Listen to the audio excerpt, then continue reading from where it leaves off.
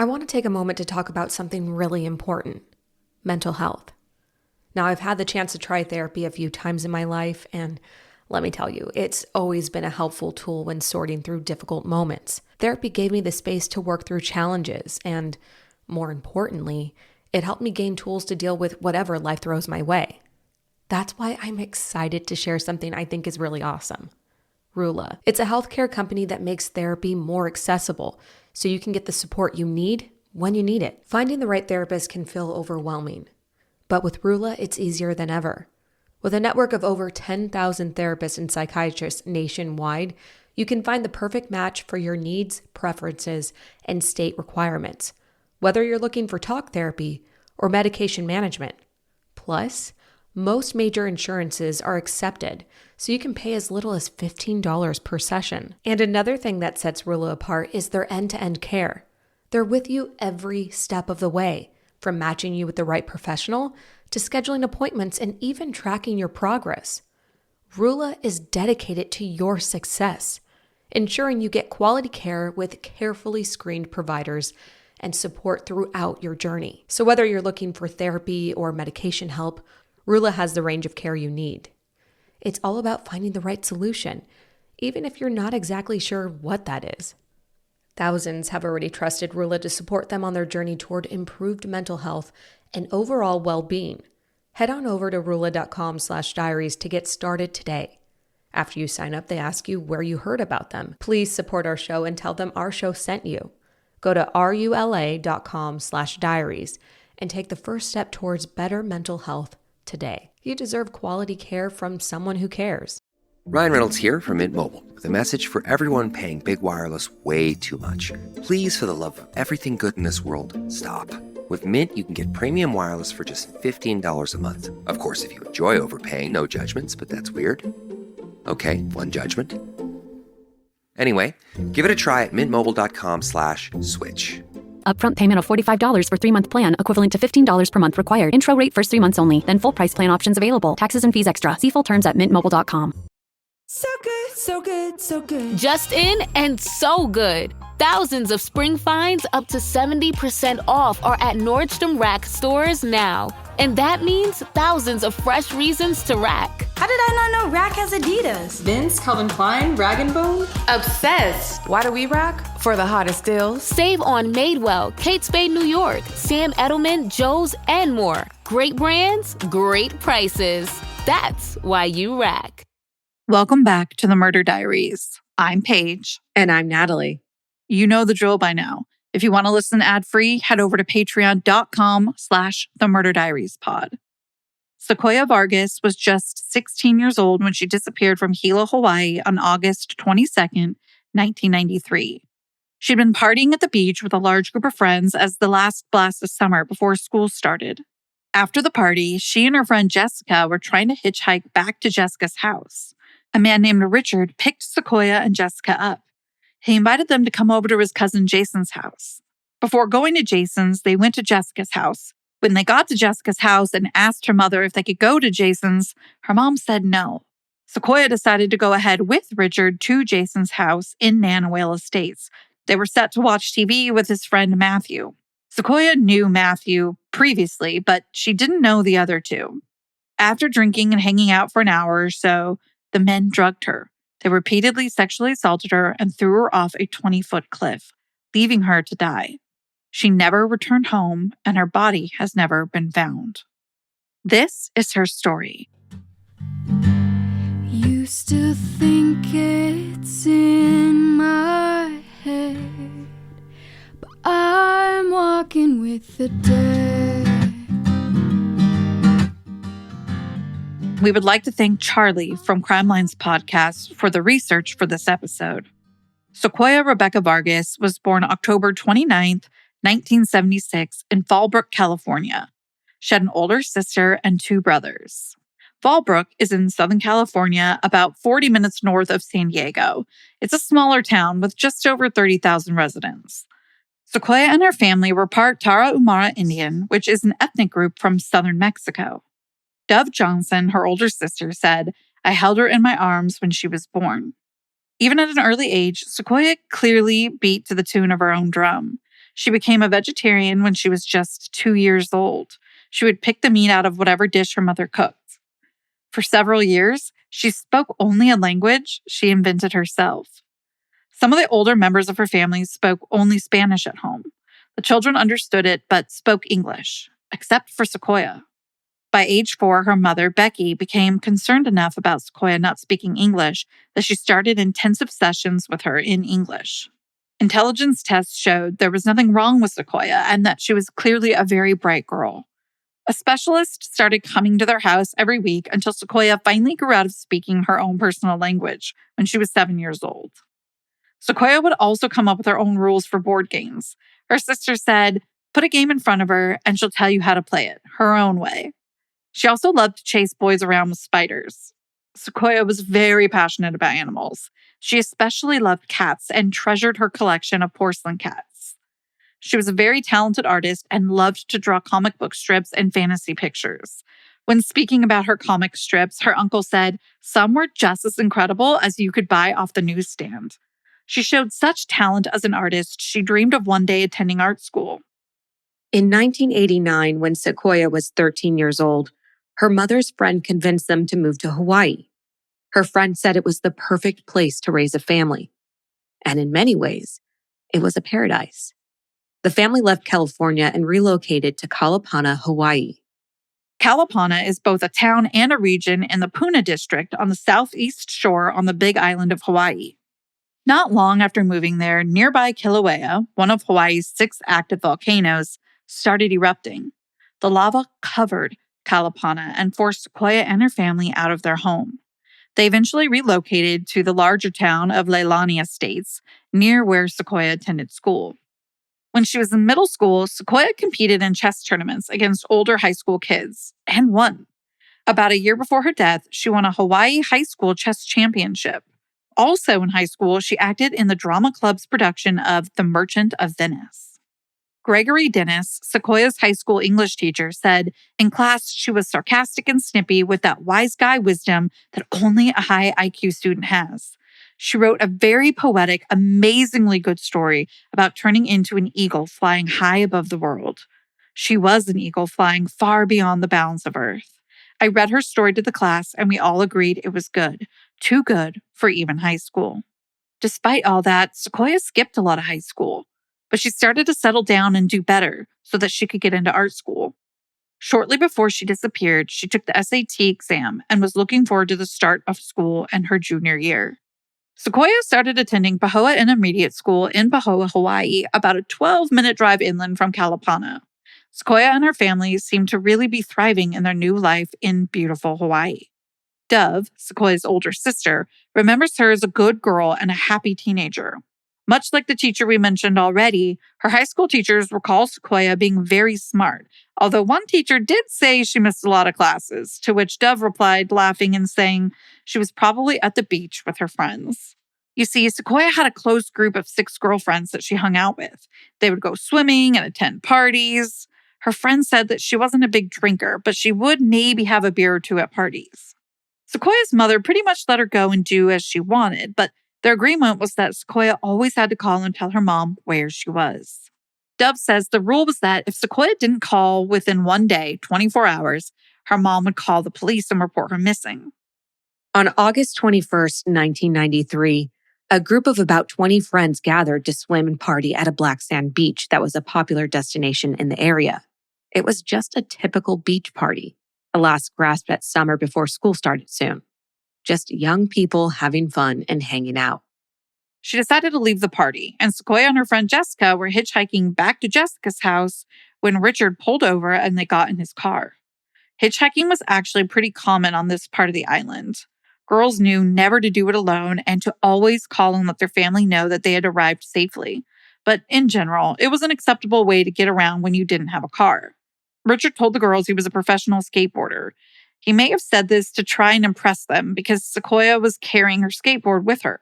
He asked if they wanted to go to his cousin Jason's house in Nanawale Estates to hang out and watch TV.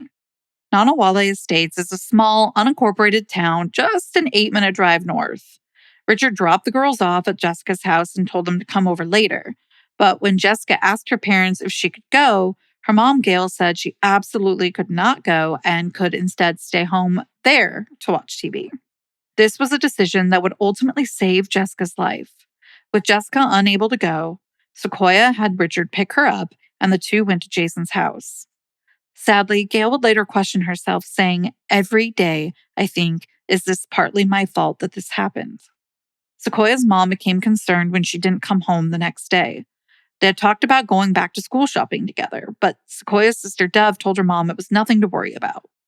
In a time before cell phones, they believed that she was probably just out with her group of friends, spending one of their final summer nights together, and forgot to call.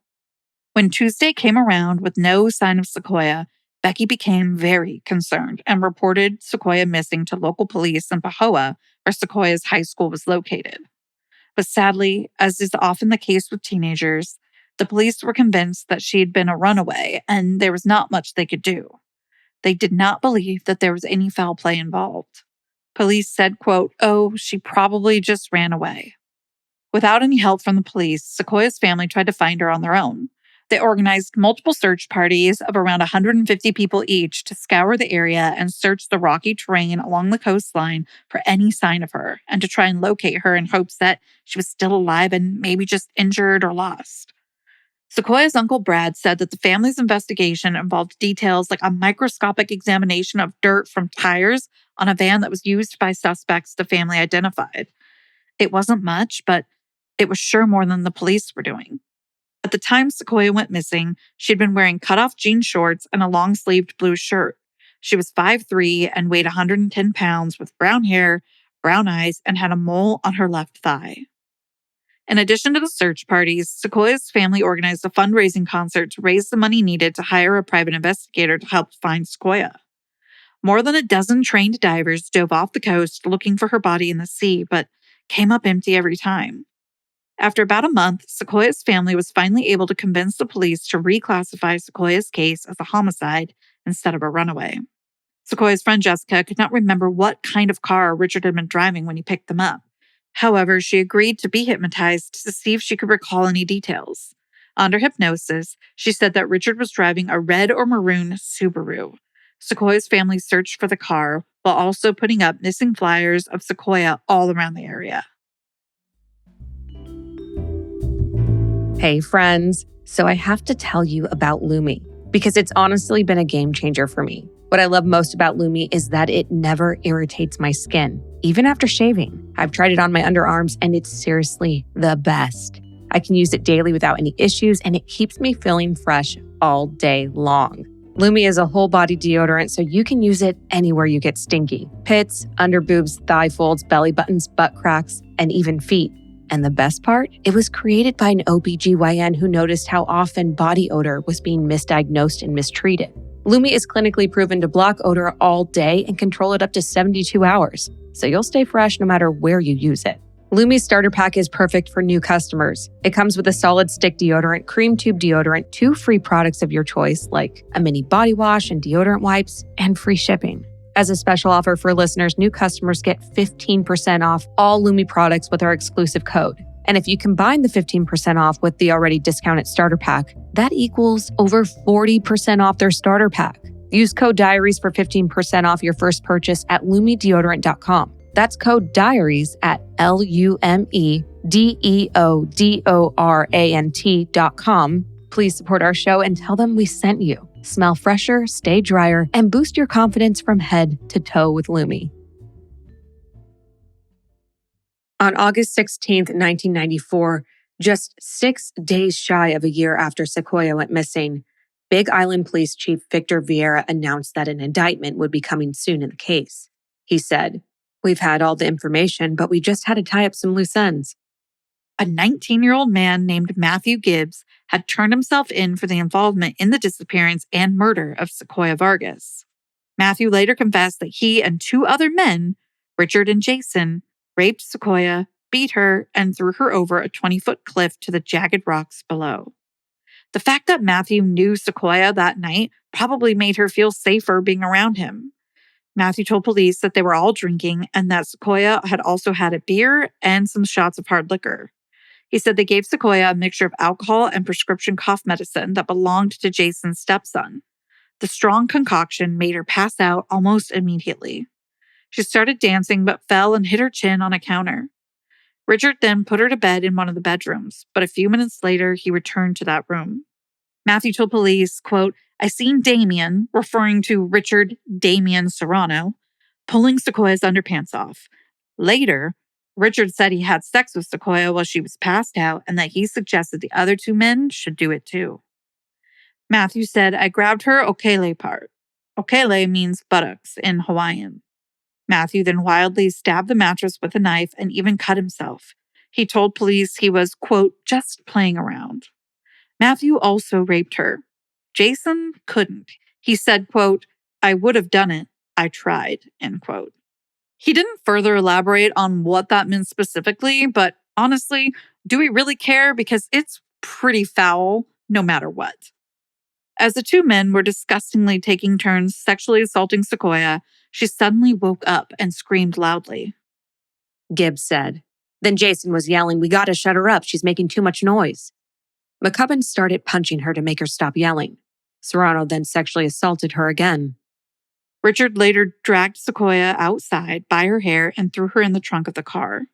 She was groaning, and Jason hit her. He said, "My cousin told me to."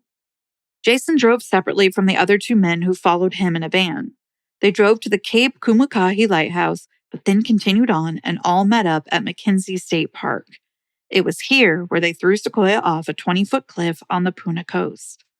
A few minutes later, the three men reportedly could still hear Sequoya moaning from where she was laying on the rocks. They could hear her scream for God and her mom.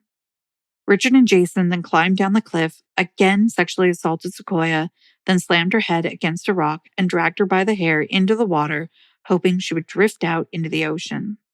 But the waves kept washing Sequoya's bruised and battered body back on shore. Richard, because he was a surfer, was a stronger swimmer. He swam with her body out past a breaker and then returned to shore, leaving her there alone to die. Jason said he, referring to Richard, told us he wanted to make sure she was dead. Sequoya's body was never found, but it's believed to have been washed out to sea. A coastal search, including a helicopter scouring the shore and sea, found no trace of her.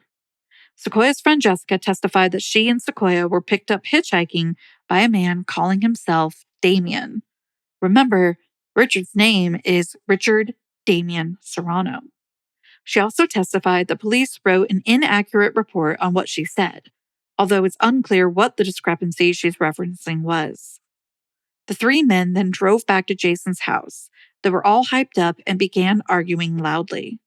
After midnight on August 23, 1993, Maureen, Jason's mom and Richard/Damien's aunt, woke up and went in to see what all the yelling was about. She found her nephew, Richard/Damien, menacing Matthew, saying, "You want some too?" Although Matthew was much larger than Richard, she was worried Richard would hurt him. She said, "I've never seen Matt cower down before anybody." She immediately demanded to know what was going on. Eventually, her son Jason told her, "I think someone died tonight." Maureen replied, "Shut up, Jason. You're making me sick." Richard was wearing wet shorts and his hair was also dripping wet. This seemed to support her son's claim that Richard had dragged Sequoya into the sea. Later, as rain started falling, Maureen says that Jason said heaven was crying. After Richard and Matt went to sleep, Jason stayed up and told his mom everything. The next day, she woke up Richard, who was still asleep in her house. She said, "I told him, Jason told me what happened." Richard swore at her son, his cousin, and pushed him. That was the last she saw of him. A day or two later, Richard called her from San Francisco. He asked her, did they find anything? Serrano fled Hawaii 2 days after Sequoya disappeared. He was indicted for felony kidnapping, second-degree murder, and sexual assault in 1995. Serrano remained on the run for several years. Police believed he was hiding out somewhere in Europe. Sadly, Maureen waited more than 7 years until just weeks before Richard's trial to finally tell authorities her account of what she saw and heard that tragic night in late August. You can't help but think maybe this case would have been solved much sooner if Maureen had come forward several years earlier telling police what she knew about that August night. Jason eventually pled no contest to kidnapping and manslaughter. Matt pled no contest to sexual assault. Jason was sentenced to 20 years in prison, while Matt was given 5 years probation, but wound up serving prison time anyway because he had violated his parole from previous felony drug charges. Both men's sentencings were postponed several times until they could first testify against Richard. Richard, by this time, had been a fugitive for several years until he was eventually located and extradited back to Hawaii. Sequoya's blood, confirmed by DNA testing, was found at Jason's house. Sadly, in 1996, Sequoya's mom, Becky, died of a heart attack. She never got to see justice for her daughter. Sequoya's friend Jessica considers Becky to be a victim of Richard. She said, "I believe she died of a broken heart, especially listening to what those men did to her daughter." On Monday, September 6, 1999, after more than 6 years of being on the run following the sexual assault and murder of Sequoya Vargas, Richard Damian Serrano finally turned himself in. He had been living as a fugitive in Mexico until word got back to his mother about where he was hiding out. And his mom, well, she was the one to tip off the FBI of his whereabouts. Richard, then 28 years old, turned himself in to the Mexican authorities in Guadalajara. His lawyer said that he was in declining health but would not give any further details. In Deb's book, she claims that he had contracted HIV, which had progressed to AIDS, but that was never formally verified. He was extradited to Hawaii to await trial. He entered a plea of not guilty. Brad, Sequoya's uncle, said, "I think it's a great thing. I'm glad we finally got the guy. He is the main perpetrator. In a certain sense, maybe justice is finally going to be done. Until he's permanently locked up, there's not going to be much closure." Matt and Jason testified against Richard at his trial, and Richard admitted to meeting Sequoya but denied killing and sexually assaulting her. During opening arguments, the defense attorney told jurors that Jason made up Richard's involvement in the crime to get a reduced sentence. Richard said, quote, "No, sir, I did not harm her in any way," when asked by his lawyer under oath. Trudy, Sequoya's aunt, recalled trial testimony that Richard boasted of previous attacks on young women. He allegedly told others, "Do you know how many times I've done this?" Richard testified that he was with Sequoya only for an hour or so. Then he dropped her off several miles away with some friends on a country road. Richard said he met Sequoya when he picked her up hitchhiking in the Puna district around the time the sun was setting. He then invited her to come hang out at his cousin's house. After about an hour and a few beers, they drove to Pahua, smoked weed, then drove on towards Opihikau. He claims that once they were driving on the road, Sequoya recognized some friends in an oncoming truck, then told Richard to stop, and she got out of the car and left with her friends. The time was around 9 or 9:30 p.m. This testimony left many scratching their heads, as it seems unlikely Sequoya would have been able to recognize friends in an oncoming truck at night with bright headlights shining in her face. Regardless, Richard goes on to say that he then went to Jason, his cousin, and his aunt's house and went to sleep. He told Judge Ricky Mayamano, "I'm innocent of these charges. That's a fact. I feel bad about what happened to Sequoya, but I took no part in the killing. I feel the people who did it should be punished, but I'm not that person." Jurors reported that during their deliberations, an unidentified man threatened some of them. They said a man walked by them when they were on a break, demanding they find Richard guilty. 4 jurors heard these comments. A 5th juror reported hearing a similar comment from a different person. The defense attorney asked the judge for a mistrial, but she rejected the request after jurors assured her that they would ignore the out-of-court comments. The deputy prosecutor reminded jurors that Sequoya was still conscious when the men placed her in the trunk of the car, was still conscious when they threw her off a cliff onto the rocks below, was still conscious when Richard attacked her again before dragging her out to sea. In May of 2000, Richard was found guilty of 2 counts of kidnapping, 2nd and 3rd degree sexual assault, and 2nd degree murder. In his sentencing, the judge said, "There is very little difference at time between humans and animals, but humans have a conscience. That's what I find lacking." The judge could not, by law, extend Richard's life sentence for murder, but she was able to extend his 20-year sentence for kidnapping to life. And she extended 2 5-year sentences for sexual assault to 10 years and made all of the sentences consecutive. Richard, who was 29 by this time, dropped his head when the guilty verdict was read. He had a pained expression as he was led from the courtroom by guards. Sequoya's sister Dove said, "I feel he's the one whose idea it was. He premeditated the whole thing. I'm just glad he's off the streets." In 2013, Dove published a book about what her family went through in pursuit of justice for her sister, entitled Where's Sequoia? If you're interested in checking Dove's book out, it is again Where's Sequoia, spelled Sequoya. As mentioned, Richard was sentenced to 2 consecutive life terms plus 20 years in prison, where he is to this day. He will not be eligible for parole until he serves at least 50 years. Matthew and Jason are living free in Hawaii, although they will remain on the sex offender registry for the rest of their lives. As for Richard Serrano, well, he attempted to appeal his conviction in 2012, but thankfully that was denied. In a tragic twist of fate, in November of 1994, Sequoia's ex-boyfriend Joshua also went missing. Josh had run into Sequoia at a party the night before she was murdered, and had even told his mother that he and Sequoia talked about the possibility of getting back together.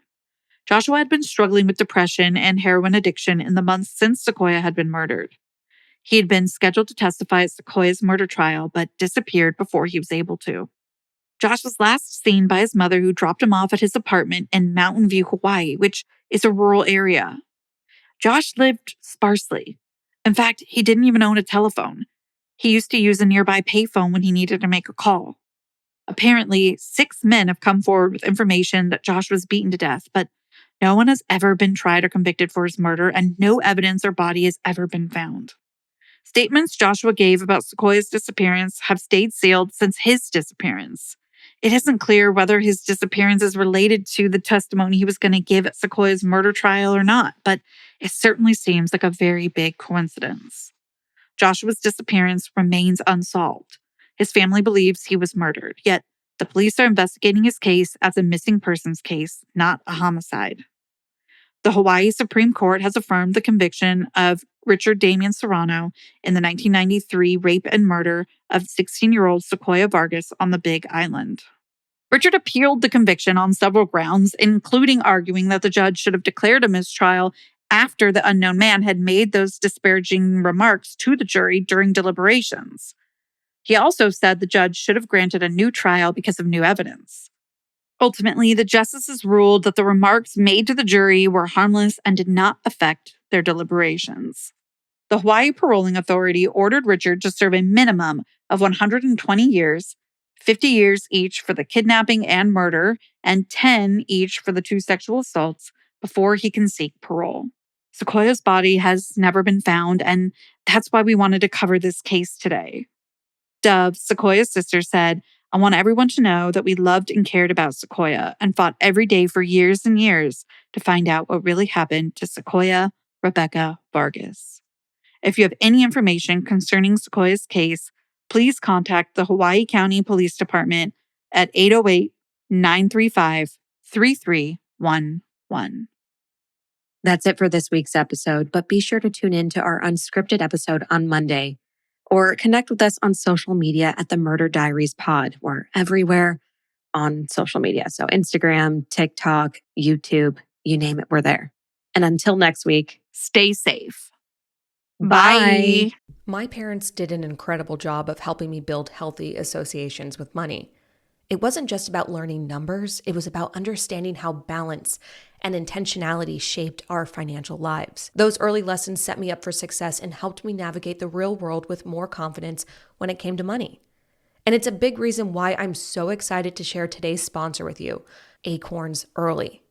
Acorns Early is a smart money app and a debit card for kids that helps them learn the value of money. Kids can spend what they earn with their very own debit card. They'll love the new sense of independence and getting to choose from 35 plus customizable card designs. Plus, parents can keep track of where and when their kids are spending. You can get real-time spend notifications, set your kids' spending limits, and instantly block lost or stolen cards. They might not realize it now, but starting to invest early is going to have a huge impact on their financial future. And the best part? It's simple. And Acorns Early is such a smart, accessible tool to do that. If you're looking for a way to make a real difference in the financial future of the younger people in your life, Acorns Early is an amazing place to start. Ready to help your kids learn the value of money? Just head to acornsearly.com/diaries or download the Acorns Early app to get started. Sign up now and your first month is on us. TNCs apply. Monthly subscription fee starting from $5 per month unless canceled. Today's episode is brought to you by Acorns. People often say that the best investor is a dead investor. Morbid or not, here's why. It's because those who have passed can't make rash decisions, and they can't pull their money out in a panic every time they hear about a dip in the stock market. Acorns is built to help you invest for the long term, and, well, you don't need to be dead. Acorns lets you get started with the spare money you've got right now. What's great about it, too, is you don't need a ton of time.